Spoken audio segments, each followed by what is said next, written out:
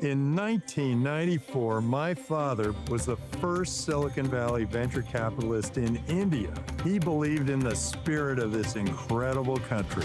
30 years later, my sister Polly and I are on a mission to find India's next unicorn. I'm Tim Draper. I've invested in game-changing companies.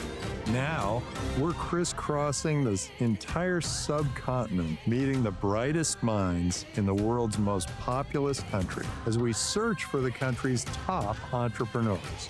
Thousands applied, but only 28 companies have made the cut for a chance to win an investment of $1 million and a shot at changing the world.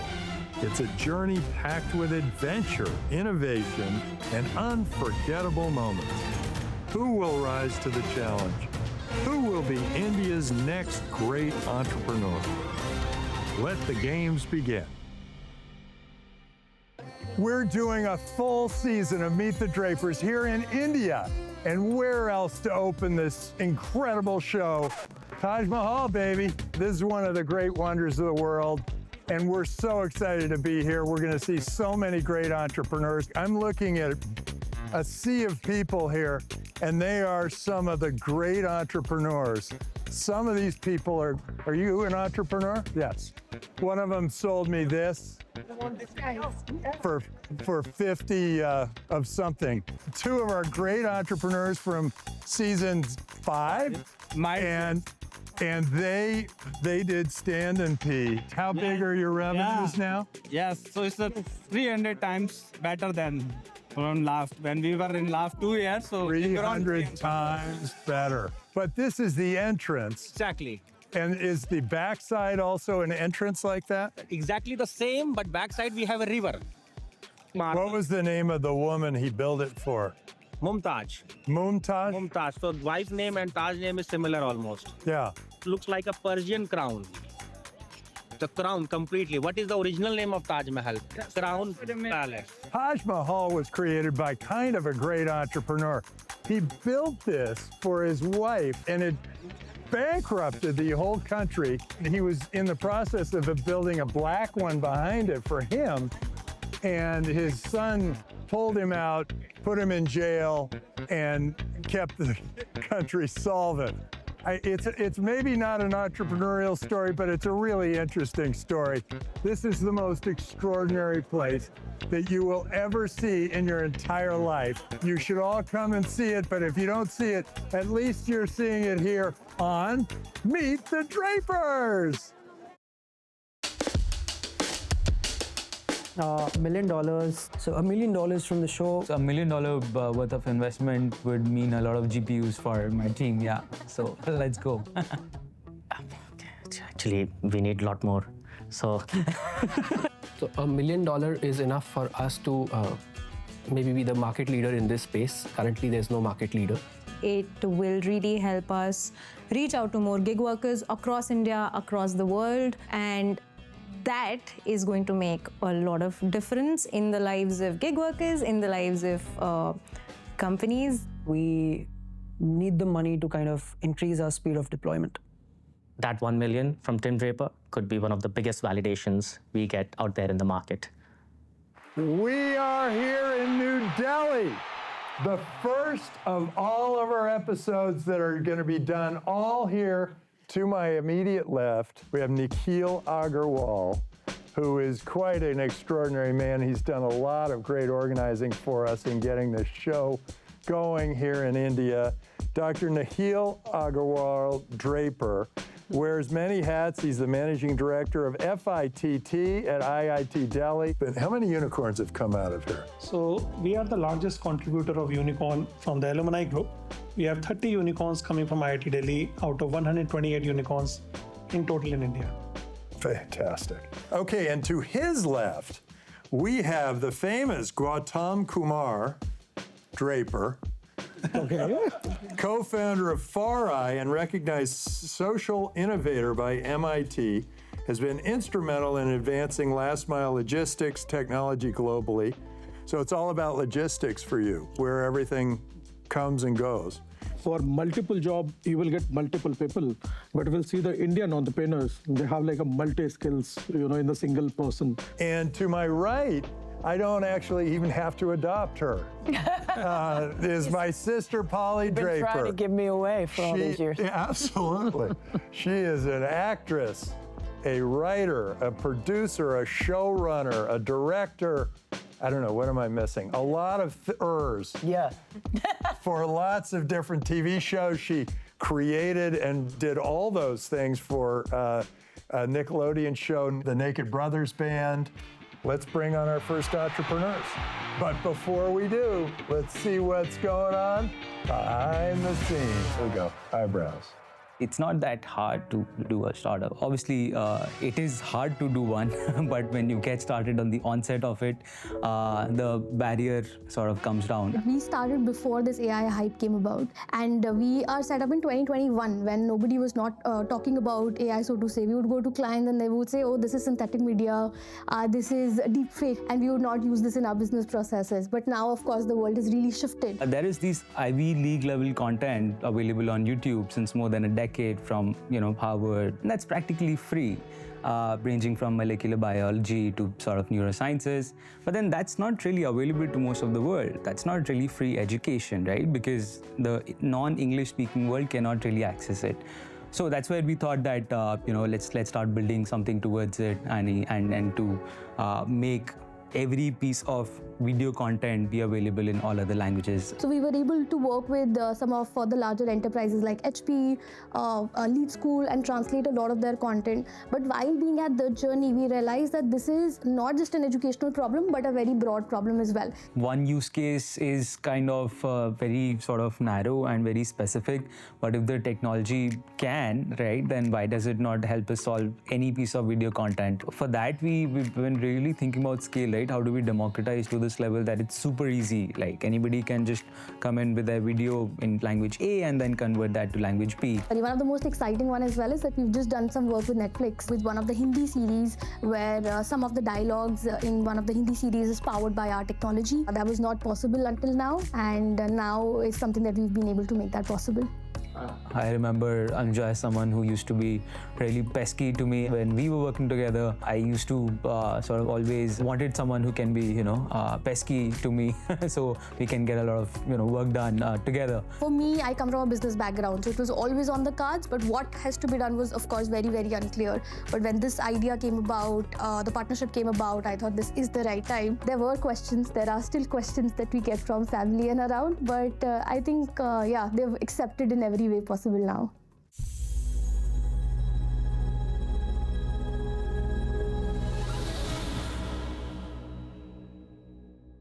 So we are here in IIT Delhi. It's basically one of the premier institutes in India, in the heart of where most of the academic action happens. 1 year I spent doing research over here. I was working with a professor.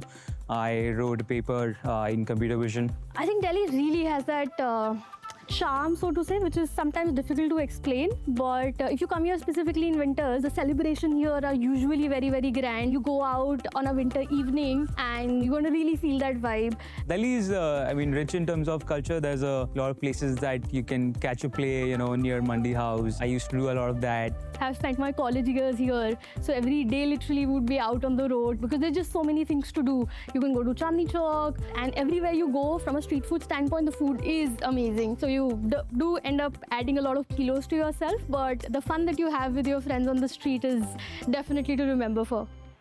Do you get nervous, or do you kind of feel like you're past it at this point? I think past it now. It's the flow, Yeah. Hi, I am Tim Draper, and welcome to Meet the Drapers. I am having a wonderful time here in India, but I wonder, what if I knew how to speak in Hindi?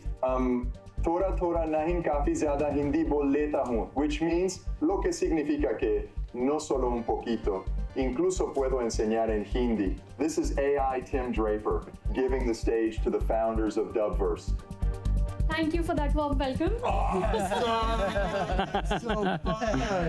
And that was the exact reaction I would say that we were expecting. We are Dubverse. Hi everybody, Anuja this side. Hey, this is Varshan. And we at Dubverse are building on the generative AI side of audio primarily taking it beyond just the English language. The idea basically is simple, to make video dubbing or video translation as simple as using Canva, that at a click of a button, any video can be translated into 60 plus languages.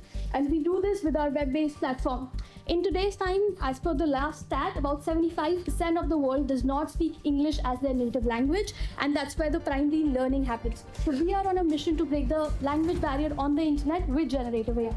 Dubverse delivers a broad range of value to different type of users. For YouTubers or course creators, we enable them to increase about 30% revenue on their pre-recorded content and enable a lot of product and L&D teams to be able to reach their audience in their native language. In the last year, we've also seen a lot of pull coming in from the enterprises, reducing their production time by 50% and enabling use cases which were not possible before generative AI.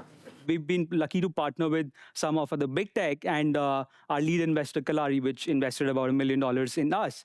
The early customer here, what are they using it for, and are they paying good money for it or what? So we started on with the audience which was the most early to adopt to new technology, right? So that's where we started with content creators. This basically runs on a subscription basis. Subscription starts as $20, goes up to $200, depending on how much content you are producing. Who are your main competitors in India or globally? 11 Labs is one of the pioneers, but they're of course focusing on English as their first language, and we are focusing on Indian languages to start with. Is there any patentable technology that you have? Not right now. So all you are building on existing technology? So we are building off our own, but we are yet to file for patents. Like, is this like individual users or enterprise or mix of both? Sure. So we started with individual users, definitely, because that's where the technology was, where we've already done some work which is live on Netflix right now. So we have our name on Netflix already in the credits. You said movie dubbing. I can't fathom how that could work with what I just heard. It sounded like a bot, like a computer. How good is the quality going to ultimately be? Like you said, it's unbearable right now also. So that we'll get to about a year, and bearable maybe in 2 years. Great. Terrific. Anuja and Varsha, nice to have you on Meet the Drapers. Thank you. Thanks a lot. Terrific. Oh, I still feel the chills, I think. Yeah, it was a proper setup, like a lot of audience, so exciting. Today, when I watch English movie, I would be more comfortable in different kind of accent which coming in. Maybe if you are able to provide that humanized experience, it can do a lot more. And sometimes you just want to hear what they're saying. You don't really care about the quality of the voice unless it is a high quality movie where you're saying, well, wait, he didn't deliver that line very well. Which is why sometimes I even prefer subtitles. What'd you think? Tech-wise, like really amazing tech. Founders are passionate because they have raised some rounds as well, right? And knowing Kalari, they validate the product market fit. Very good technology, and they'll have to do that. Well, terrific. All right, let's bring on our next entrepreneur. But before we do, let's see what's going on behind the scenes. You guys are probably kind of lucky to have you're in the trenches together. Yeah. We took a trip together just as friends. We liked each other. We started dating, and at the same time, Vidyarthi said he's working on this idea to change the way campus placements work in this country. And I felt at that moment itself that I need to be a part of it too. And from the day one, then from the time we started dating, we actually started working together on an idea as well. We got into the rhythm. It took a while, definitely, right? Because when you have a personal relationship and a professional relationship, you need to tune both of them. When I told my family, they knew that we were dating. She's like, my mother, she was like, all eggs in one basket, Kajal, how are you going to do it? Entrepreneurship plunge in India, and at that time when it had just become cool, they were not very happy. However, my younger brother, he's always believed in me. He convinced my mother, he helped me convince my mother. It's hard to convince families because in my family also, my father had a stable job. He was working for the government, and he took a plunge into business, and he had his ups and downs, and more downs than ups, which is what is typically the case with running a business. Eventually, they turned around. Still, I get the traditional questions from my family. How much is the profitability? How much are you taking home? Almost 7 years after taking the plunge. Entrepreneurship is not easy, and there's really less help out there. To be honest, when we were pivoting from the previous startup, Ricarda, to PickMyWork, and Vidyarthi's seen me through this journey, there was this time when I was lost. You really have lesser people to talk to. So I took therapy at that time. I think at one point in time, almost all entrepreneurs really need it. On the same day, you can have an extremely high or and an extremely low, all of it together, and you sometimes have to just manage it. I'm looking back at this 18-year-old version and then 22, 25. I always wanted to be able to create more impact in the lives of Indian women, because they really don't get the opportunity.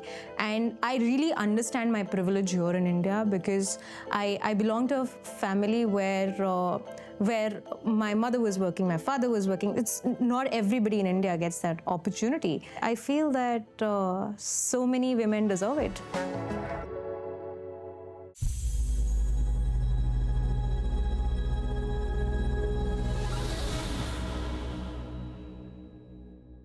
It's one of those regions in South Delhi which is extremely green. It has a park, there's a lake nearby. You can come walk. This area was built in the medieval times, still decently preserved. It's extremely diverse in terms of heritage, in terms of architecture. It's beautiful. It has seen a lot of history. And also, I think specific emphasis should be on the food scene over here, because there are a lot of states that are close by and a lot of people come over here. So you get different types of cuisines over here, and all of them are really good and worth trying. Yeah. Oh, it's a wonderful, wonderful place to go around running. I mean, if the weather permits. But yeah, I go on marathons. That's how I take my time off and blow off some steam. As entrepreneurs, you keep doing this, right? You keep presenting and you keep pitching. A little bit of nervous. Go ahead, give us your pitch. Before I start, I have a question for you, Tim. What percentage of Indians do you think use a credit card? Oh, probably 25%. Yes. So now the stats are going to be really alarming. 3% Indians use credit cards. It is supposed to be a more trusting economy, but people are scared when they see digital ad. People don't know what to click, what not to click. The app that they commonly use is WhatsApp. But beyond WhatsApp, in their smartphones, there are no other apps to access the basic financial services. Insurance is at 4%. Trading accounts or trading in the stock market is only done by 7% of the people. And the credit cards, 3%. We have a mobile app where we train a network of gig workers. These are largely underemployed and unemployed people in India. We give them a mobile app. We are available in 6 different languages. They get the training and then they start selling in their local neighborhoods. So they use WhatsApp, they use Instagram, they use Telegram groups, advertise that they are a certified financial advisor who can sell the following products, and they're helping banks increase their penetration in tier 2, tier 3. We are at a 2 million ARR in terms of our revenue. We are profitable. We turned profitable last quarter. So one beautiful thing that you can see over here is that we've signed up with almost all the top banks in the country. But all in all, I think we drove home the point that we are a profitable company. Last, about the team. So me and Kajal, we met in our college. We did our B school together. Are you dating? We've been married for 5 years now. Oh, the dating went very well. It did. So it's a pretty interesting model, of course. Are you ready to do those kind of compliance, to onboard the customers, onboard the banks, or you have to read through the cycle, and what is the cost of doing this? On one side, you have the banks, and on the other side, you need to get the gig workers who would go into the markets and start selling over there. We did our initial research about Philippines, about Vietnam, Indonesia, where again, the banking penetration is really, really low. And there also a similar possibility where gig workers can go and acquire customers for banks and fintechs. In terms of regulation, what needs to be figured out is what laws are there around gig work, whether you can earn part-time money, how is it taxed, so on and so forth. So any developing economy is a right target, because underemployed and unemployed people are the right fit to be gig workers and working with us. So there is no patent possible because there's no technology there. It's our own platform. The app is ours on App Store, Play Store, and behind the scenes there's a dashboard which makes all of it possible with that smaller team. So when they sell, how would that work? What we do is that we convert all our training content into videos of 5 to 10 minutes. They go through that. We also ask them a few questions to test their understanding, and then they start selling. So we also tell them that you go and visit your nearby mom and pop store where you've been taking groceries for ages. Try to talk to them, try selling to them. They're selling to the local businesses, or are they selling to individuals? One of the biggest UPI players in India is using our gig workers across the country who are actually doing merchant acquisition for them. So building that trust towards the UPI player for the merchant, all of it is happening via the gig worker. They make the merchant and the customer confident about the product. Could you tell me your last 3 years' growth? So from last year to this year, we've grown already 2x. And by the end of the year, we'll be at 3x in terms of our growth from last financial year. I think the Indian judges got it. We should have Americanized an example to help Tim and Polly a little bit. We could have done that. Thank you so much for being on Meet the Drapers. Great. It was good? It was good. Loved it was it. good. Yeah, irrespective, we would have a drink, either to celebrate or feel sad. I feel like having a cold coffee right now, but yeah.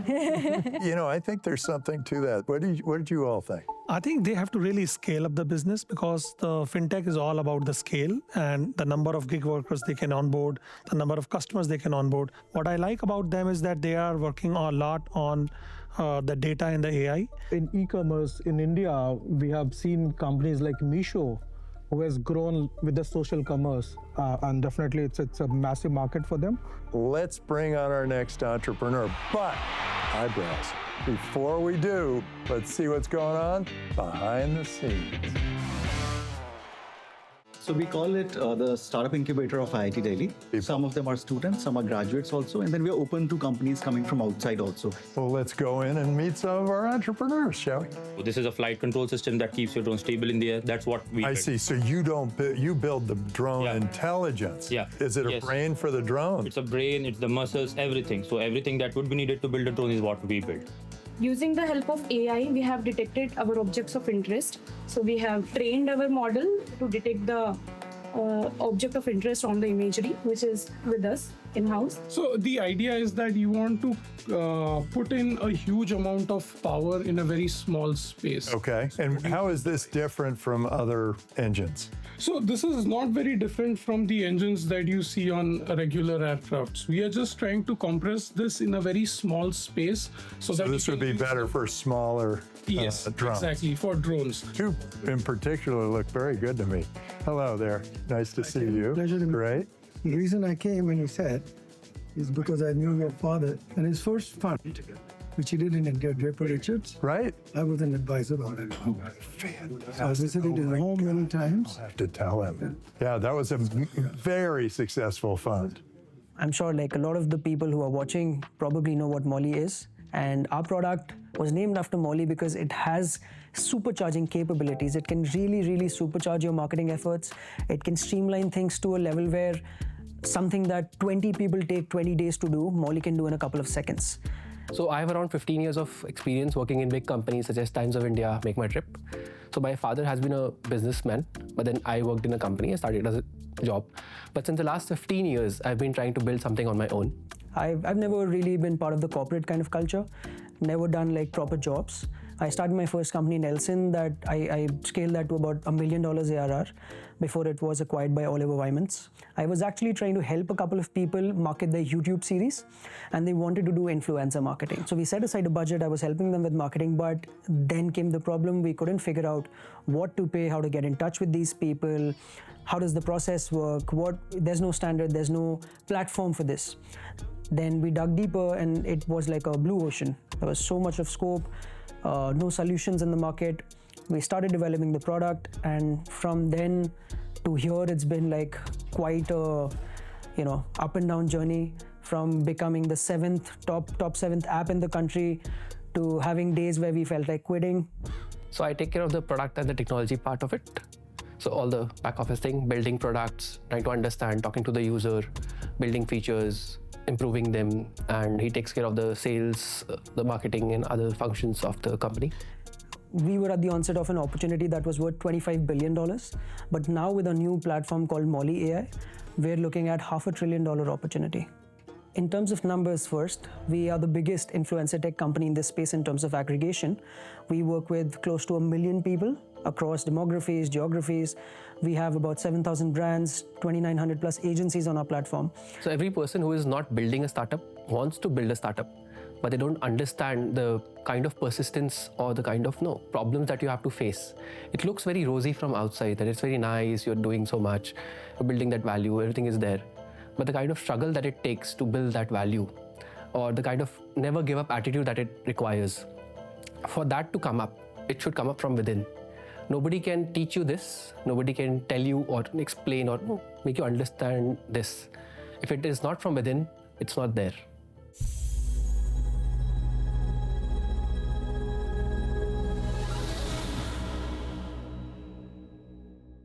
This is called the Heart of Delhi. This is India Gate. Earlier, it used to be Bangalore and Mumbai. Now it's more about Delhi and Gurgaon, because most of the talent of the country is here. Everything is so accessible. The cost of living is great. The nightlife is kind of vibrant. There are a bunch of places in CP. There's a really, really cool nightlife in Gurgaon, DLF Cyber Hub. And if you go to the old Delhi, that's where you'll find the authentic Delhi cuisine. You'll get everything from parathas to chole bhature. And if you go towards South Delhi, you'll find some of the best Asian restaurants. Delhi is a mixture of all the cultures together. So you get to taste everything together. I think that's why it's called the heart of the country. We do pitches and we get shot down. Sometimes it's a yes, sometimes it's a no. So it's kind of like we've grown into how pitches happen. We've been building category-defining products in the creator economy space that are used by almost 1 million people. We've run thousands of marketing campaigns with over 200,000 influencers, 5,000 plus brands, and 2,900 plus agencies. While running these campaigns, we discovered a key insight. Even with great tools and resources, brands don't get expected results because of a very basic problem. People aren't sure of what to do and when. To solve this, we created a drug that's so powerful, we made it into a separate product. And we're thrilled to introduce you to Molly, the world's first AI marketer. Now, what is Molly, you ask? Imagine a marketing assistant on steroids. Imagine one that's better, stronger, and faster. One that is supercharged. All you need to do is give Molly your website and it audits your entire digital footprint. You can also give your reviews to sales data to make Molly even more capable. Because of social intelligence, you can ask Molly to monitor your social profiles, hashtags, keywords, and competitors. Using smart AI, Molly can give you insights, spot trends, anomalies, and fix errors. Using contextual learning and seamless integrations into your Google, Meta, Amazon ads, and Infloso consoles, Molly can independently run marketing campaigns for you and optimize ads on the fly. So it does both. How do you make money? We charge subscriptions and we charge commissions on every marketing spend. And which has given you more money, the subscription commissions. Or the commissions? Yep. Already? Yep. Interesting. How big is your business now? We are doing close to $500,000 in ARR. Very recently, in less than a month, we've made the waitlist live. We already have attracted 11,000 businesses. The kind of work that 20 people take 20 days to do, Molly can do in less than 5 minutes. So that's a lot of cost saving. It's a $500 billion industry that's ready for disruption. And within a month, we've attracted 11,000 businesses, signed annual contracts worth over $100,000. How much cost it will be reduced in terms of marketing spend? We've seen return on ad spend go from an average of 3-4x, go up to 16.8x globally. We've helped certain brands achieve even 100x ROI. The average that we've seen is about 16.8x. 10% is the marketing cost for most of the companies. We've seen close to 25-30. The kind of ROI that they were getting with that spend, we've increased that 4 times. How have you been able to be this kind of aggregator? Right. So we started with an influencer marketing platform 3 years ago. We've run thousands of campaigns. We've done lots of marketing services.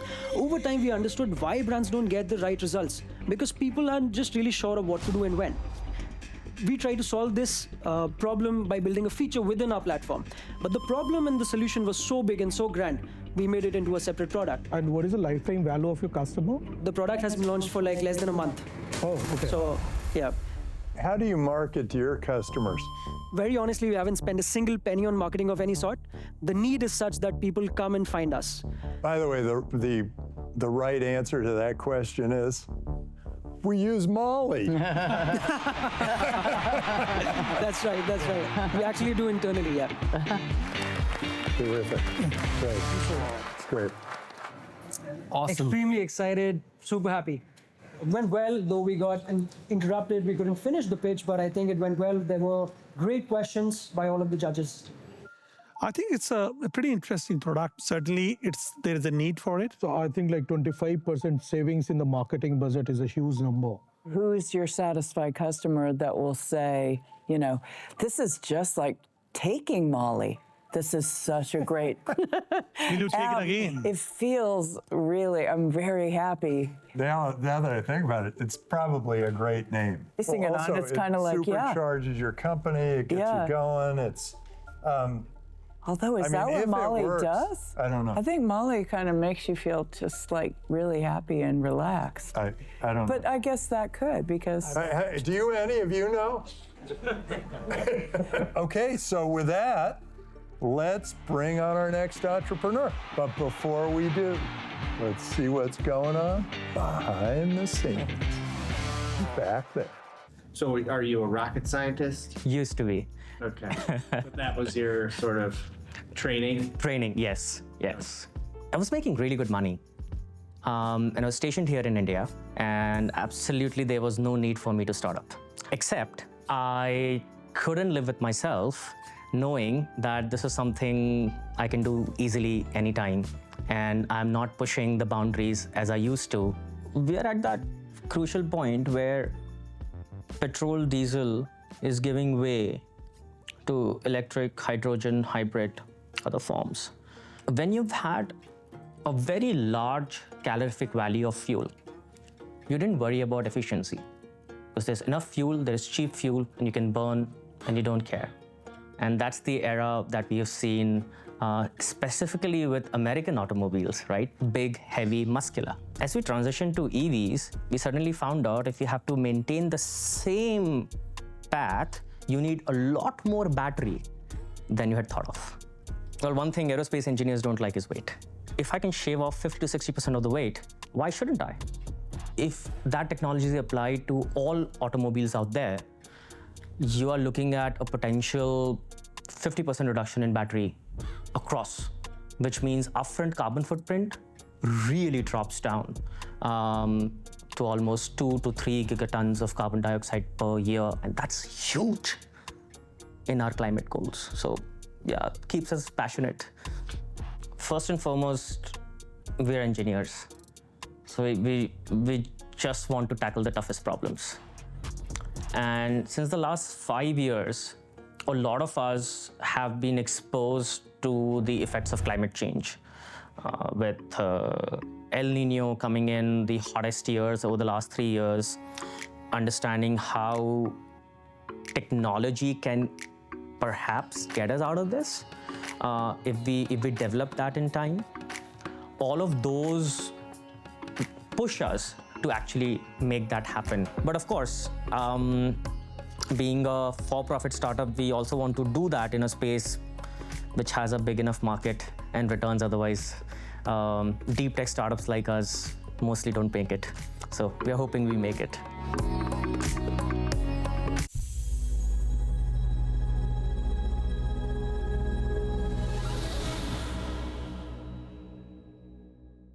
So we are near the Qutub area. This is a fairly happening part of the town. Like, the best parties are here. And it is also a place where you will find a lot of historical monuments, one of which we're standing right here. You'd see a lot of business bottom line focus in Delhi, which is not available anywhere else, which means when you're building a business, you're building for cash flow and not just for valuation. You get the pulse of it, whether this is going to work or not. What's very special about this region is it is today the beating heart of New India.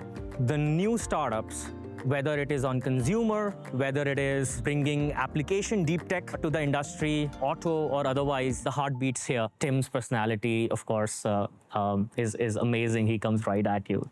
So it's sort of storytelling in your mind. Okay, how's it going to be? That's why. Some butterflies. It's fun. Four-wheeler EV opportunity is a $500 billion opportunity annually. Yet we see most vehicles built with structures that are extremely heavy, which means you get much lower payload, much lower range. They cost a lot.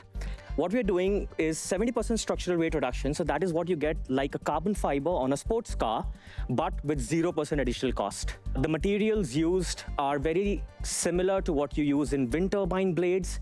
yachts, hulls, etc. And we are bringing for the first time to land mobility. These are called composites. We have 3 layers of IP. The main advantage that you get out of this structural mass reduction is that you also get 40% entire vehicle mass reduction, which means you use lower battery, which means you have a lower running cost, and which also means you have a lower carbon footprint. Very, very critical. We took the first bet on last mile deliveries. So the first product is a 1-tonner delivery van. We prototyped it and showcased this July 24. We have about 2,600 pre-orders. These are customers like Delivery and others who understand that they're not able to get EVs that can make them money yet. We intend to customer test with them next year, starting April, and then go into production with partners. We also So are you kind of at the mercy of a few automakers? Potentially. So 2 business models. One, put the vehicle together, go out to the logistics players yourself. But then again, you can't make millions of vehicles yourself.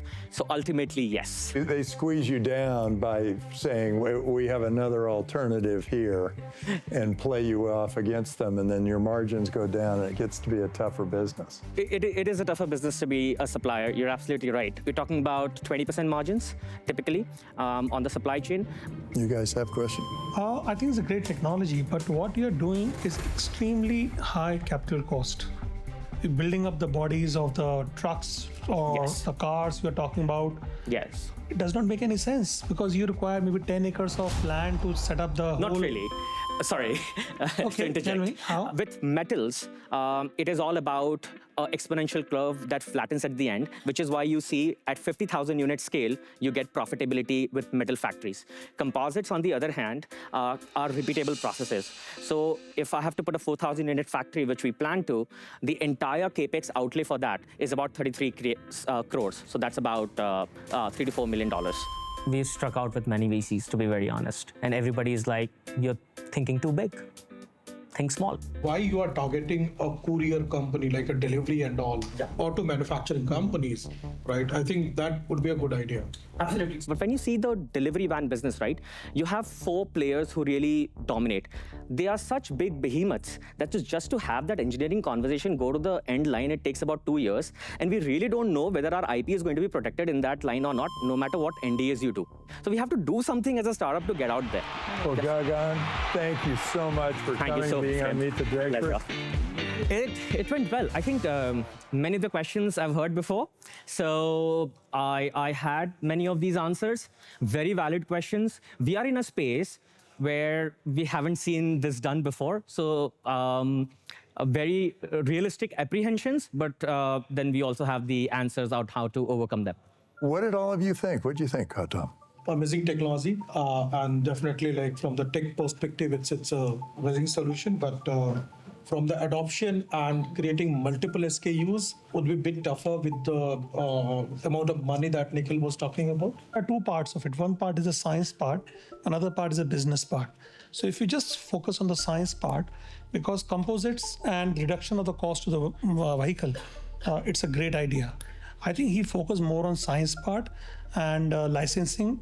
He will have a better success rate than building a huge capex base. It does not make any sense. You have invested in Tesla, you know about it. How much money does it take before Tesla has earned even a $1 as a profit? Well, they had $400 million loan from the government. I mean, probably $1 billion. What do you think, Paul? I think your idea is the best route for him to take. The other just will put him right in the mix of people who've been getting whatever you just said, $1 million to $1 billion from the government. Let's bring back our entrepreneurs and let's ask them a few more questions. So first, Dubverse, we kind of get that in social media, this will be very interesting, but we're also a little concerned about the quality. It sounds like a robot coming out, whereas you really want real expression and excitement and whatever. How are you going to do that? Or is there a market that's really valuable to you that wouldn't require that? Start with that, but of course, the idea is to make it more mainstream and have that energy go in. All right, now PickMyWork. It took me a while to really figure out what you guys were up to. It's actually pretty interesting that you're in effect Uberizing the insurance business. And I'm still a little caught on how you get these people recruited. Is there something that you're doing to have them spread the word to other people? We pay people on a weekly basis, and that was a lot of excitement. People were just talking about it. And you pay them in rupees right now, but whenever we have tested any international market, I think the way to go there is through Bitcoins or through some crypto. Moving on to Mali. Have either of you ever tried Mali? No. We're too busy working, so that's not an option. Good, that's actually a good sign. You guys claim to never have tried it, yet you described the feeling from it in a very interesting way. How can we be sure that it works if you've only been out there for a month? We've been working with customers for slightly over 3.5 years. We've got a customer retention rate of 95%. We just don't have Molly. We've got more than 7 products. Molly is the newest and the grandest addition that we have that we expect will completely disrupt how people access digital marketing, because we feel like we're moving towards a future where nobody will use tools as they are. Everybody will use tools and technologies through a very easy talk to me kind of interface, like a chat. Terrific. Okay, and Planet Electric, what did you think of this great idea to maybe just be a licensing business? We'd love if you could arrange those partnerships. Have you pitched any vertical takeoff and landing vehicles or drone companies? Not yet. It's a very interesting segment. It's a growing segment. Probably in the next, realistically, 5 to 10 years down the line, yes. Today, the biggest opportunity for us is in auto, but yeah, that is coming up. Okay, audience, I'm going to give you the 4 choices, and you're going to applaud. It'll either be polite or, yeah, baby! Dubverse. PickMyWork. Molly. And Planet. The audience was more helpful than usual. Usually it's just like polite applause for all 4. Okay, did that help?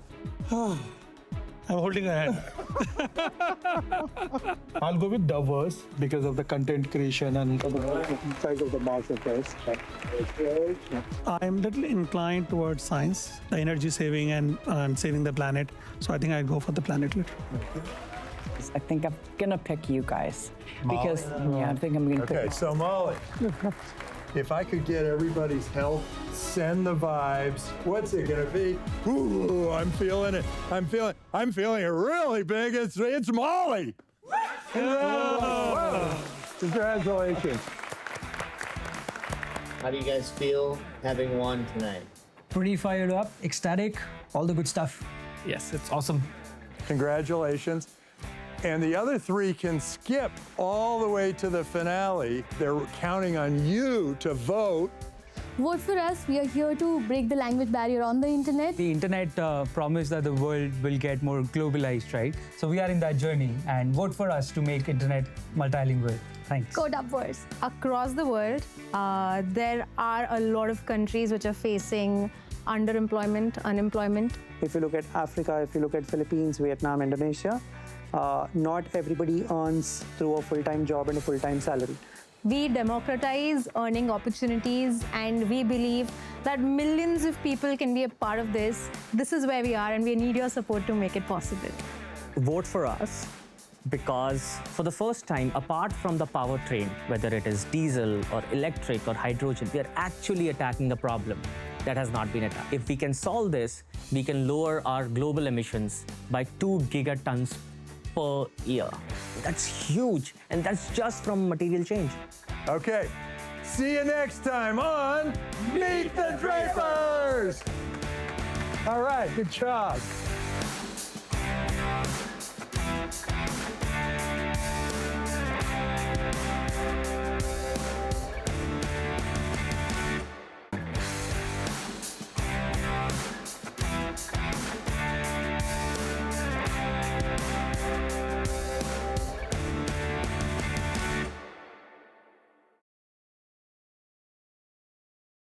We are going to film the next Meet the Drapers episode at IIM Bangalore. My previous startup was acquired by Pratik. The investors make money?